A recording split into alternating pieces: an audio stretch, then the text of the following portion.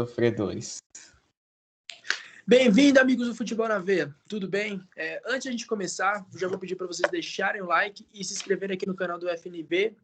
E agora vamos conversar sobre o Campeonato Brasileiro, né? Hoje, sábado, tivemos 3 jogos. Flamengo venceu o Fortaleza no Maracanã. O Corinthians, na primeira partida na Neoquímica Arena, empatou o jogo. E o Santos venceu fora de casa o Ceará, um adversário difícil. O Santos continua subindo na tabela. Então, para comentar esse jogo, estamos aqui o Renan e o Gilvan, para a gente comentar um pouquinho dessas partidas. E vamos começar pela primeira da noite. Flamengo 2, Fortaleza 1. Gol de Everton Ribeiro, Gabigol e Juninho descontando para os visitantes. Gilvan, vou começar por você. O que você achou da partida?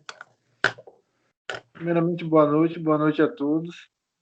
Primeiro tempo muito animado. Os 10 minutos ali iniciais só deu Flamengo. Everton Ribeiro novamente, um craque silencioso, digamos assim, não é de aparecer muito.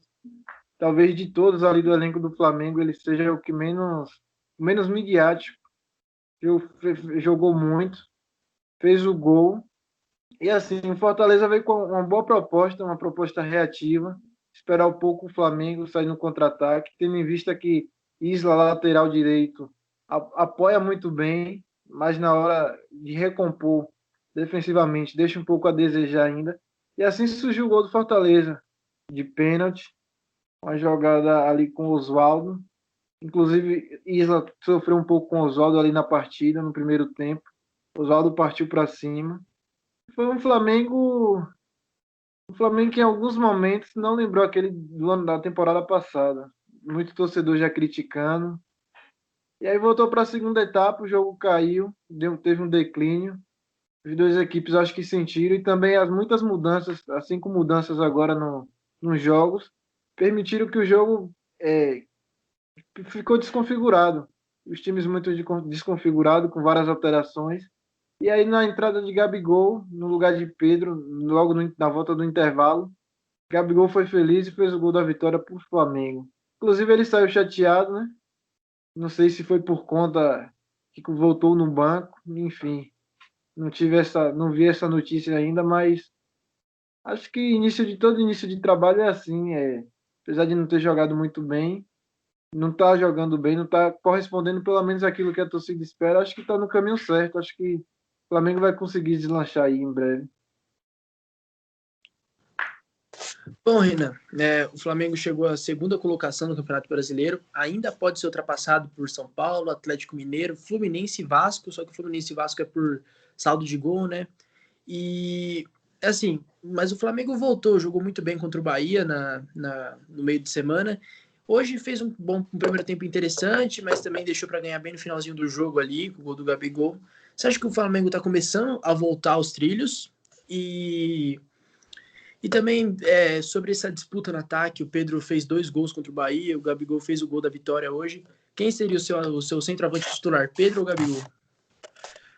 Vou começar pela segunda pergunta. Os dois. Sem o Bruno Henrique, eu colocaria os dois para jogar. Eu discordo dessa ideia do Domenech que ele tem que colocar o Michael por um lado, o Arrascaeta centralizar, o Arrascaeta por outro, né? O Everton Ribeiro também participando pelos lados do campo. Eu acho que dá para jogar com os dois centroavante.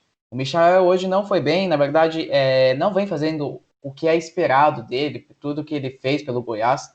Né? É claro que você sair do Goiás e ir para o Flamengo existe uma diferença muito grande.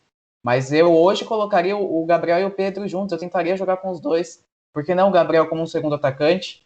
A gente sabe que ele não tem a altura, a estatura para ser um centroavante, ele é um jogador muito móvel, então poderia ser um teste que poderia ser feito.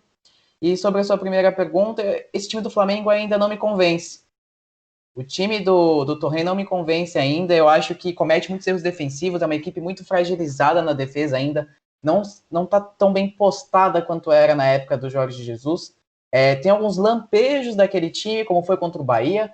Foi uma equipe contra o Bahia, foi muito bem. Mas hoje, assim, tiveram 15 minutos ali avassaladores, que no começo o Fortaleza não conseguiu respirar, né? Mas ainda assim, não entrega o que é esperado dele.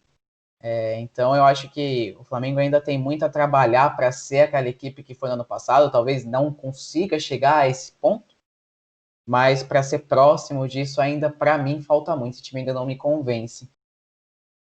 E só rapidamente aqui, ponderando, como o Fábio falou, o lampejo contra o Bahia, lembrar também que o Bahia estava uma equipe muito desfigurada na partida. Não foi um adversário assim, tudo bem que foi o jogo da noite, foi o jogo que tinha que ganhar, mas que não foi nenhum parâmetro assim ainda para esse trabalho do treinador do Flamengo que recém-chegado. E assim, eu também acho que no jogo de hoje até caberia os dois, Gabigol, até porque Gabigol não é aquele centroavante fixo, ele abre muitas jogadas, ele consegue construir juntamente com. Poderia deixar ele e Arrascaeta ali pelo meio, que eu acho que daria tranquilamente. Acho que não teria muitos problemas com relação a isso. O problema é que o Domenech, ele veio com a cabeça... Ele é um aprendiz de Guardiola, né? E a gente sabe que Guardiola, os times dele costumam jogar no 4-3-3, e é muito claro, com os dois pontas abertos ali, e ele tá tentando implementar isso do Flamengo. O Flamengo que se acostumou a jogar com dois centroavantes, né? Que o Bruno Henrique não é bem um centroavante, o Gabigol também não, eles eram bem móveis, mas jogava com dois homens ali na frente, funcionava muito bem. O Domenech tá mudando o estilo. O time realmente não convence, eu concordo completamente com o Renan e com o Gilvan. E, porém, o elenco é tão bom, tão qualificado e o nível dos outros elencos é tão baixo que mesmo o time não jogando bem, mesmo o time não tendo aquele nível de atuação, é o segundo colocado e muito provavelmente vai disputar o título e para mim ainda é o favorito ao título, por mais que o Colorado, né, o Internacional esteja indo muito bem. Agora, voltando para o Giovan, você estava comentando que o Bahia era um time bem fragilizado, né? Tava bem desmontado e mesmo assim foi 3 gols no Flamengo, né? Hoje o time do Rogério Ceni, que é um time bem mais organizado, Fortaleza, não só fez o gol de pênalti, o Oswaldo infernizou, o Gustavo Villani inclusive chamou o Oswaldo de Cristiano Oswaldo no jogo. Infernizou o Isla ali pelo lado e também, por mais que o Flamengo no começo tenha criado muitas chances, também propôs dificuldades ofensivas para o time do Flamengo. Então, quando o Flamengo joga com times organizados, não está indo tão bem e a defesa é frágil. Você acha que o que falta para esse time se ajeitar 100%? Cara, primeiro que, né, essa saída do Rafinha, acho que o Rafinha é um jogador mais equilibrado, digamos assim. Ele conseguia chegar na frente muito bem, mas também fazia a recomposição muito bem. E a partir de agora, os adversários do Flamengo vão olhar e ver que Isla, ele apoia muito bem, mas nessa reposição, ele não é tão à altura quanto fosse Rafinha, provavelmente. E assim, o jogo você vê que é todo pelas pontas. Hoje mesmo o time do Rogério reativo conseguiu dar muito trabalho porque o Flamengo ataca com intensidade. As duas linhas são altas. Dessa forma, deixa muito espaço. Também assim, os zagueiros o Gustavo Henrique um pouco contestado, o Rodrigo Caio um pouco mais seguro. E assim, vai ser esse revezamento, mas acho que vai conseguir sim se ajustar, as coisas vão se ajustando. Vale lembrar que ele chegou há pouco tempo, é um trabalho recente, ele também está fazendo suas experiências, vendo os principais jogadores. Inclusive na transmissão hoje falaram que logo quando ele chegou, ele colocou Pedro Rocha de volante, por não conhecer as características dos jogadores.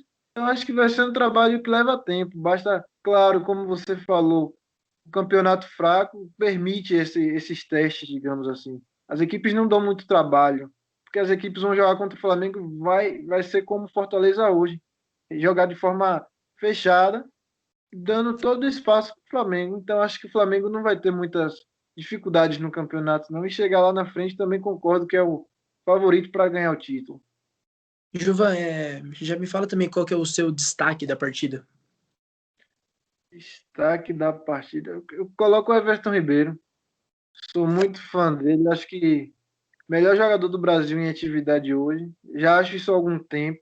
Apesar de Gabigol e Bruno Henrique estar sempre em evidência fazendo gol, mas acho que ele é a peça fundamental dessa equipe do Flamengo. Eu concordo com você, Gilvan. A gente está tendo nas últimas 2 partidas algumas mostras do que era o Everton Ribeiro em 2013, 2014, que era aquele jogador não só eficiente como ele é do Flamengo, mas também plástico, fazendo. Ele fez 2 gols aí nas últimas 2 partidas que dava para ir pro Puskás, com um lençol, cobertura. Você concorda com o Gilvan, Renan? Só rapidamente aqui. E hoje ele começou a jogada do segundo gol. Ele que deu o passe para o lateral do Flamengo, que saiu o gol de Gabigol hoje. Antes de falar sobre o Everton Ribeiro, eu queria dar um destaque para mim, um erro do Rogério Ceni. Antes dele promover a mudança do Wellington Paulista, o time do Fortaleza está levando muito mais perigo. Eu não sei se aconteceu algum problema com o Ederson, se ele sofreu alguma lesão, ou se simplesmente o Rogério queria alguém que ficasse lá entre os zagueiros incomodando. Porque o Ederson é um jogador um pouco mais móvel, é um centroavante um pouco mais móvel.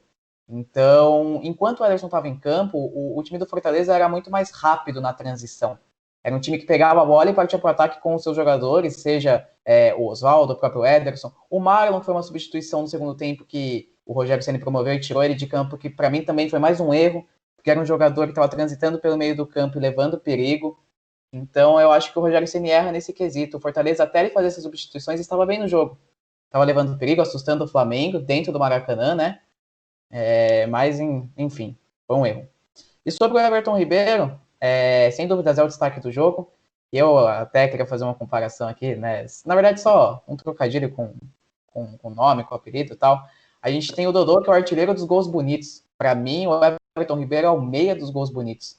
Se a gente for ver os gols do Everton Ribeiro, todos eles, a maioria tem uma plasticidade, tem um toque de genialidade.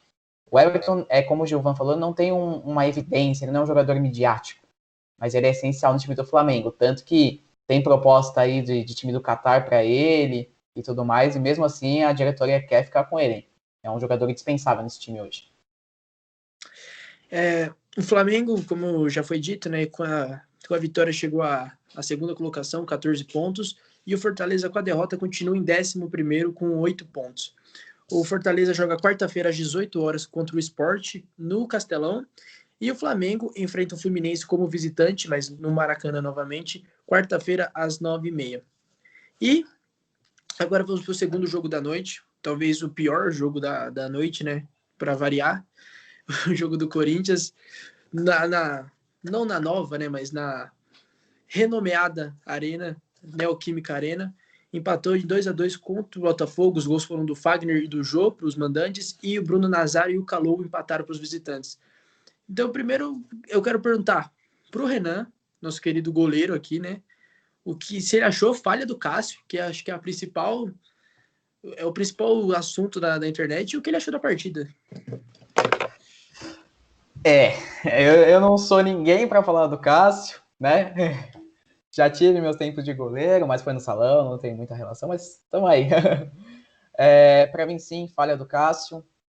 Para mim, o terceiro jogo seguido que o Cássio falha. Ele é um jogador, claro, tem toda essa história no Corinthians, né? Talvez o maior goleiro da história do Corinthians. Para mim, é o maior goleiro da história. Vai ter muita gente que pode discordar de mim aí nos comentários. Mas talvez esteja na hora dele tomar um choque de realidade.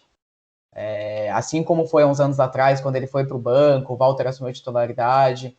O Corinthians está no meio do campeonato, não está em um momento de decisão, então eu acho que seria válido o Thiago Nunes, se não quiser pelo menos promover o Walter a titular, pelo menos dar um choque de realidade no Cássio, colocar ele no banco durante um jogo, para ver se volta a ser o Cássio que ele é. A gente sabe da qualidade que ele tem, é claro que de um dia para a noite ele não desaprende a jogar.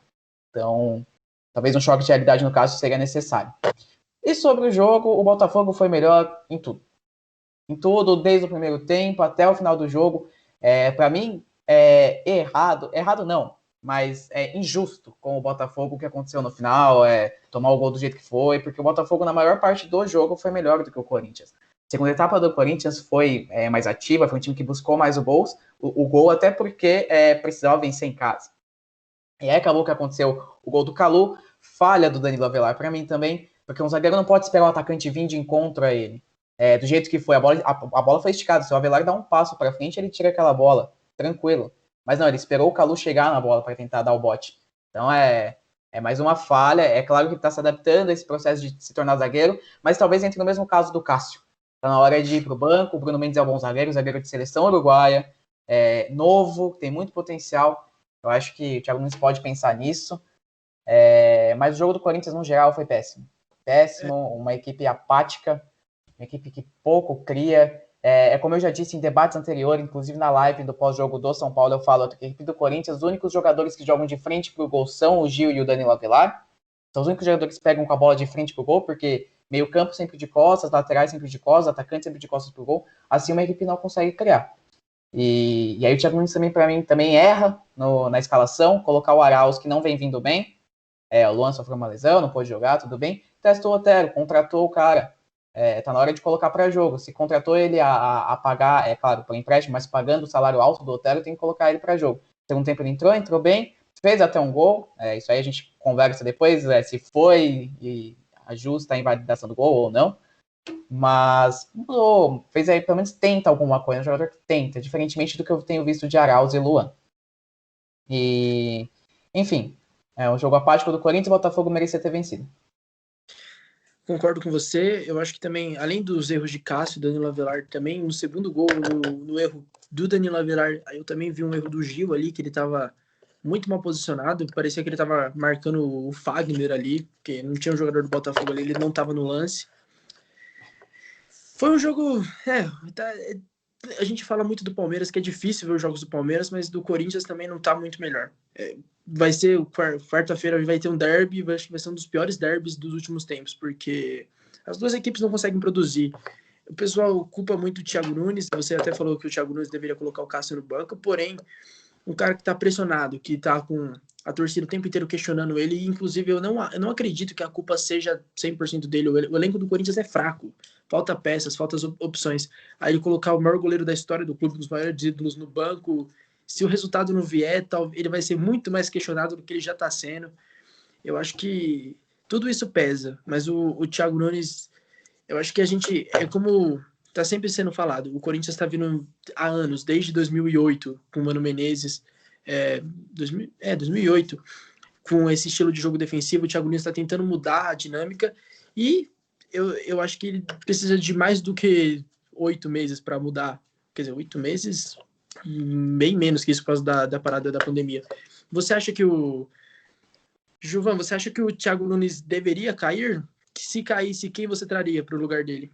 Não fala Mano Menezes, pelo amor de Deus. Cara, primeiro, eu não sou contra demissão de treinador. Acho que tem que ser feito um trabalho. Essa temporada o Thiago Nunes já contratou, apostou no cara, trouxe o cara com toda essa história de vamos mudar a filosofia, vamos jogar de um jeito bonito. E aí com 3 meses, 5 meses que jogou até março, e aí voltou após pandemia, não jogou acho que 3 meses ainda não jogou. E você já demitiu o cara, acho muito cedo ainda. Como você falou, acho que o elenco do Corinthians não é isso tudo. Acho que tem muitos jogadores superestimados que a galera pensa que joga muito mais do que joga. Se você olhar a equipe do Corinthians, é uma equipe totalmente dependente de Fagner, com a saída de bola, suas chegadas na frente e de Jô. Basicamente, a equipe do Corinthians passa por esses dois e pelos zagueiros, que é muito toque dos dois zagueiros ali na frente da área. A bola vai para frente, volta. Cássio, Gil e Avelar ali. Então, assim, se você quer um trabalho, você quer mudar uma filosofia de anos, dá mais um tempo. Acho que esse ano, de qualquer forma, com qualquer outro treinador, talvez não seria muito melhor do que está sendo. Talvez seria mais ajustado, porque como os treinadores hoje em dia aqui no Brasil, é muito essa filosofia reativa. O time lá atrás joga por uma bola. E a torcida do Corinthians está acostumada. Basta você ver nos jogos do Paulista, a galera muito comemorando que estamos vencendo, melhor que jogar bonito, tá vendo? Estamos vencendo, não precisa jogar bonito. Mas acho que torcedor é isso. Dois pontos para mim do jogo. Otero e Piton não podem ser reservas. Acho que os dois estão jogando muito bem. Apesar de hoje ter sido prejudicado tanto o Piton quanto o Fagner pelos jogadores do Botafogo ter jogado nas suas costas. Acho que os dois deram uma amenizada nas chegadas na frente, mas quando chega com perigo. E assim, não demitiria. Agora, respondendo essa pergunta, no Brasil não tem ninguém para mim no mercado que seria bom para o Corinthians no atual momento. E é isso. Manteria Thiago Nunes até o final do ano. Final do ano, faz uma reunião, vê os pontos positivos e negativos e entre um consenso se vale a pena continuar. Acho que o derby, inclusive, acho que o derby de quinta é é fundamental. Apesar de achar que deve ter a continuidade, mas acho que um revés no derby, acho que Thiago Nunes não aguenta muito mais, não. Acho que pode servir até para a Lucha, dependendo do resultado do Palmeiras esse fim de semana, que joga amanhã. Acho que para os dois, acho que pode ser um ponto final na história, tanto com o Palmeiras quanto contra o Corinthians. Renan, antes a gente falar um pouquinho do Botafogo, né? Eu queria te falar.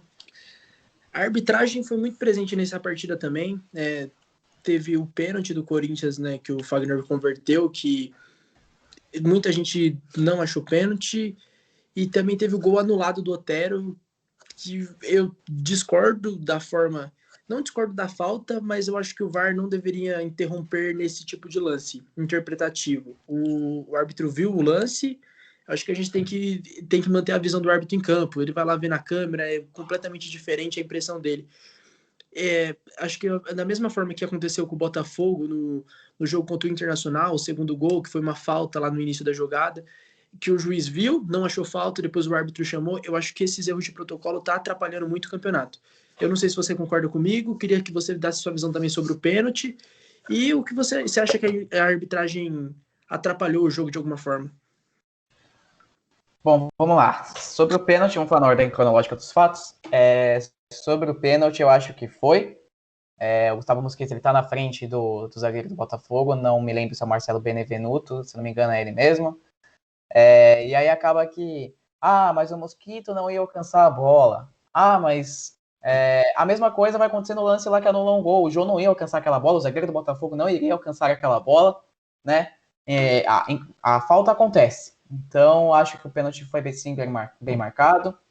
E agora vamos para a polêmica maior, né? Que foi esse lance do gol do Otero. Eu sou contra esse protocolo do VAR. Eu já comentei isso em alguns vídeos aqui no Futebol na Veia e vou comentar de novo.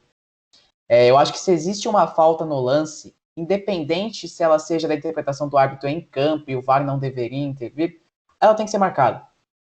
Se existe alguma irregularidade, vamos supor, o jogo tá rolando normal, acontece um lance fora algum problema fora da onde está a bola, o juiz geralmente para o jogo, dá amarelo, faz isso, faz aquilo. Então eu acho que esses lances de gol também tem que ter isso. Independente se o Jô ia participar do lance, se o zagueiro do Botafogo iria tirar aquela bola, se existe a falta, ela tem que ser marcada. Tudo bem, mas foi contra o protocolo, né? É um lance interpretativo do árbitro, então o VAR não deveria se meter. Tudo bem, mas pensando fora do protocolo, eu acho que foi um gol bem anulado. Não posso dizer que o gol seria válido, porque há sim uma falta. Mas se a gente for analisar dentro do protocolo, tá errado, né? Então, a gente vive numa faca de dois gumes, eu digo assim, com esse VAR.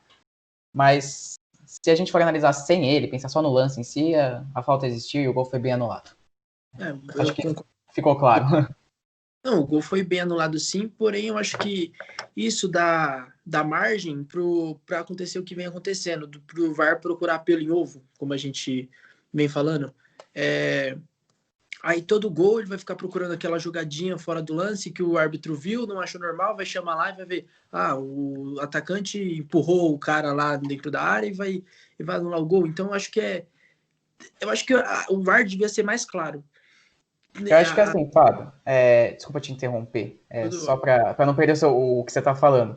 Eu acredito que se o lance aconteceu lá no campo de ataque, foi uma falta fora do lance lá no campo de ataque, quando o time estava retomando a posse de bola ainda tal, e assim eu acho que aí não é válido o VAR intervir, mas no lance em que a bola está sendo cruzada na área, ela está indo na direção daqueles jogadores, eles estão envolvidos no lance, eu acho que deveria sim haver intervenção, entendeu? Por isso que eu digo isso. É que eu acho que a gente tem que confiar um pouco na leitura que o árbitro teve no ao vivo. Senão, fora que o VAR, o árbitro ir lá no VAR tem um impacto muito grande no ritmo do jogo, influencia muito a partida. Então, acho que o VAR devia ter menos interferência no jogo. Então, esses lances interpretativos, eu acho que o VAR não devia intervir. O Corinthians é o 10º colocado, né, com 9 pontos. O Botafogo está em 13º com 8 pontos. Quarta-feira, o Botafogo vai até Curitiba enfrentar o Atlético Paranaense. Na quarta-feira, às 7h30. E o Corinthians vai ter o derby, né, quinta-feira, às 7h15. Um derby que talvez tenha demissão ou de um lado ou do outro, ou o que eu espero, um 0-0 chato, como vem sendo os jogos dessas duas equipes.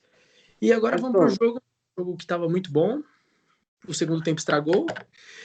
Ceará e Santos, 1-0 Santos com lei do ex do Felipe Jonathan. Um jogo que começou bem. No segundo tempo a gente teve 4 expulsões. 4. Eu queria que vocês falassem um pouco. Gilvan, começa por você. Se a gente foi premiado, digamos assim, com um jogo Corinthians e Botafogo ruim, pelo outro lado do Santos, Ceará e Santos, foi um jogo totalmente diferente. Um jogo, as duas equipes buscando o jogo. O Santos com a característica indo para cima com o Marinho, que é o destaque do campeonato no momento, de Marinho, como a torcida do Santos chama. O Ceará também indo para cima com o Vina. Vina vem fazendo uma ótima temporada. O próprio Fernando Carvalho jogou bem. Foi um primeiro tempo que acho que 1-0 ficou barato. Acho que poderia ter tido mais gols, tanto pelo lado do Santos quanto pelo lado do Ceará, porque as duas equipes buscou bastante o gol. E na segunda etapa, acho que a equipe do Ceará, falando rapidamente pelo Ceará, vem pecando bastante porque ele vem as mesmas alterações todo jogo. Você viu o Fernando Carvalho jogando bem, saiu, ele poderia ter mantido, ter feito alguma outra alteração. Ele vem fazendo as mesmas alterações, tira Kleber, bota Rafael Sobis, em outras partidas já foi assim. E isso quando ele não entra com Sobis e bota o Kleber lá na frente. Mas acho que foi um jogo legal, acho que poderia ter tido mais gols. E no final do jogo a gente teve aquele MMA no Castelão, né? Vários lances lamentáveis. Achei válida todas as expulsões, achei que todas merecia. A primeira do jogador do Ceará, Samuel Xavier, com Bruno Pérez, se não me falha a memória, Luan Pérez. Acho que os dois mereceu, acho que Samuel Xavier, por ter causado tudo aquilo, como foi falado na transmissão, e o Luan Pérez que não tinha nada daquele chega para lá, digamos assim. Mas de resto, o jogo foi bem legal, foi bem de assistir, tirando esse fato lamentável. Renan, eu queria também que você falasse um pouco do jogo em si. Quando o Santos fez o gol da vitória, né? O Ceará tinha 85% de posse de bola, o Santos tinha só 15% quando saiu o gol. Então o Ceará estava bem mais dominante. Eu quero saber se o resultado foi justo.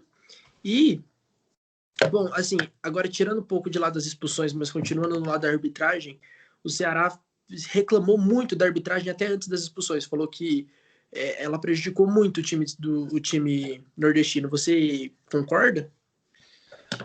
Bom, falando sobre o jogo, eu acho que o resultado foi injusto. Eu acho que o Ceará merecia um empate. A vitória eu acredito que não, mas merecia um empate. Por tudo que produziu, levou mais perigo ao gol do Santos. O Santos, quando chegou, lógico que ficou mais com a bola, né? Menos com a bola, quer dizer, desculpa. É claro que quando você está ganhando um jogo fora de casa, você vai dar a bola para o seu adversário e explorar os contra-ataques. Quando chegou bem. Mas eu acredito que o Ceará, por toda a pressão que impôs assim, ao Santos, as melhores oportunidades que criou, bola na trave, o Vina é um baita jogador. Eu acho que desde o tempo do Bahia, passando pelo Atlético Mineiro, é um jogador muito criativo, um cara que dá muita dinâmica por onde passa. Então, por tudo que ele criou, que a equipe do Ceará criou, o Ceará merecia um empate, né? E aí, falando sobre a arbitragem, antes de falar isso, eu gostaria de destacar o João Paulo, goleiro do Santos. É um jogador que se firmou da base, um cara que criado ali, praticamente não tinha oportunidades e vem se provando um baita goleiro, de tudo que aconteceu com o Everson, né? Depois o Vladimir aí no Santos que não foi bem. Então é um destaque que eu queria dar. E sobre a arbitragem, o jogo só ficou o MMA, como disse o Giovanni, disse muito bem. Ele só se tornou esse MMA por conta do árbitro. Eu acredito que ele deu muita liberdade para os jogadores fazerem o que quiserem. Não só pelo lado do Ceará, tá? O Guto até chegou a falar para o árbitro tirar a camisa do Santos. Mas eu acredito também que pela liberdade que ele deu para os jogadores do Ceará também em alguns momentos, uma entrada mais forte aqui, outra ali, parecia mais um Brasil e Argentina, digamos assim, em alguns momentos. Então eu acho que o jogo só tomou esse rumo por causa da arbitragem. Poderia ter sido um jogo melhor, eu digo assim, sem pancadaria igual foi em alguns momentos, mas em si o jogo foi bem agradável, né? Para quem assistiu os jogos de hoje, eu acredito que tenha sido talvez o melhor. Então, acho que a arbitragem poderia ter sido melhor, mas o jogo em si foi bem agradável. A gente fica triste porque um jogo que estava sendo tão interessante acabar como acabou é triste, né? Mas agora, mudando de assunto, voltando para uma coisa que o Renan disse, que eu também gostaria de destacar, que é o João Paulo, né? Grande goleiro santista que foi um achado ali, ele era a terceira opção, né? O Everson pediu a rescisão, então o Vladimir se lesionou e ele acabou tendo a oportunidade, e eu acho que ele não larga mais do gol do Santos.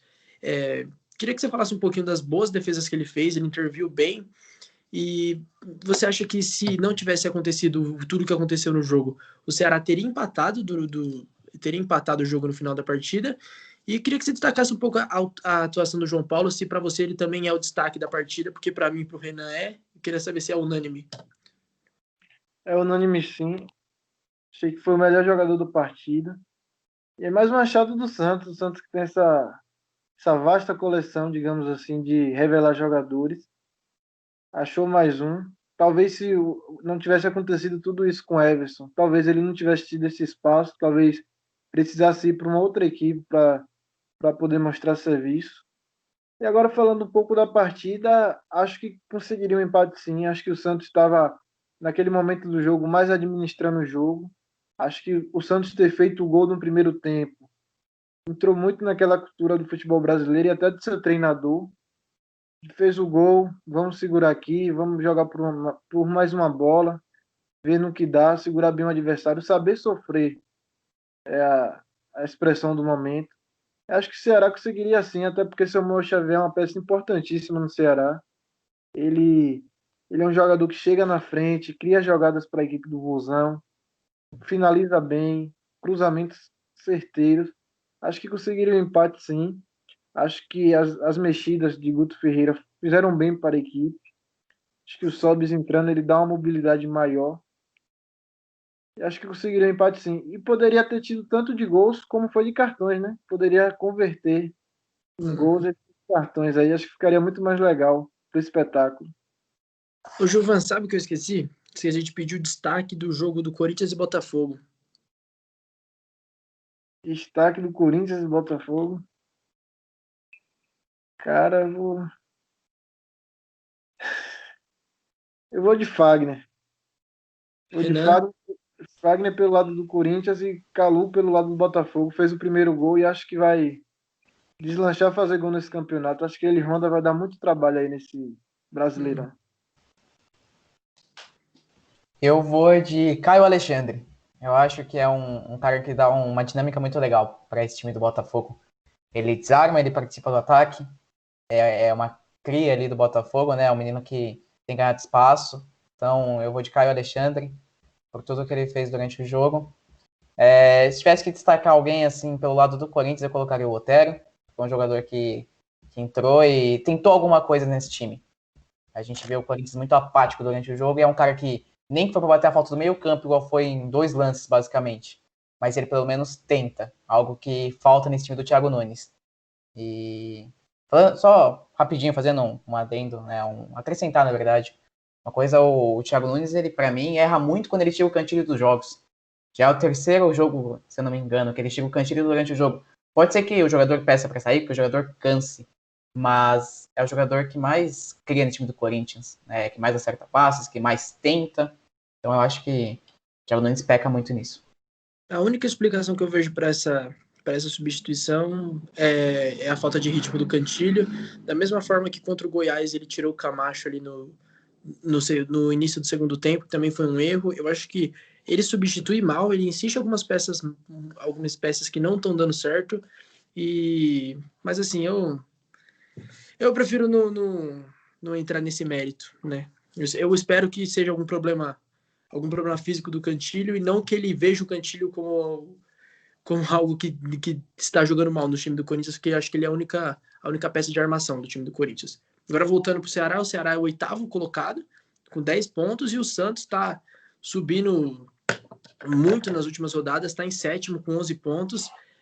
vai enfrentar o Atlético Mineiro, um confronto direto ali, né? As duas equipes estão ali na parte de cima da tabela. Na Vila Belmiro, quarta, às 9h30. E o Ceará vai enfrentar o líder do campeonato lá no Beira-Rio, na quinta-feira, também no mesmo horário que o Derby, né? Às 7h15. E é isso, pessoal. Deixa o like, se inscreve aqui no canal do FNV. Amanhã tem mais debate sobre os jogos de amanhã, de domingo. E é isso. Obrigado, Renan, obrigado, Gilvan, e até o próximo vídeo. Valeu!